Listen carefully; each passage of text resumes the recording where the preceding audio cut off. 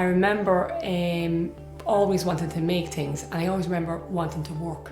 So I left school and got into my apprenticeship doing cabinet making.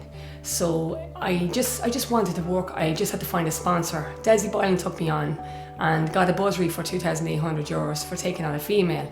Some days were good, some days were like really tough and that, like, but I remember like Desi was very good to me and it was like a family.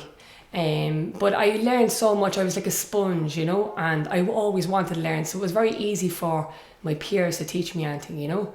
It took a while for people to let you use machinery and that. Like I remember the lads going on the lunch break and they were gone and I'd write her all the doors and they'd come back and say, who did that? And me. And Des would say, right, Margaret's writing out all the doors. And that's how I kind of like the jobs were given to me. Cash flow was good. I was able to buy my own car.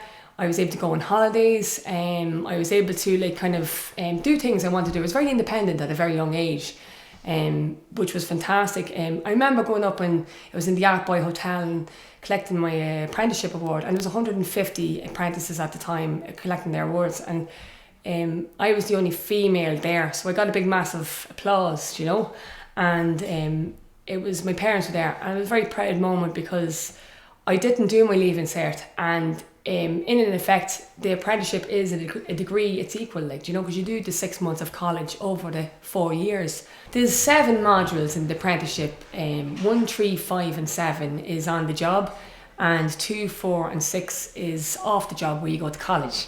And you're so excited because you're going to college. And I remember going to phase 2, it was in Dundalk in the training centre.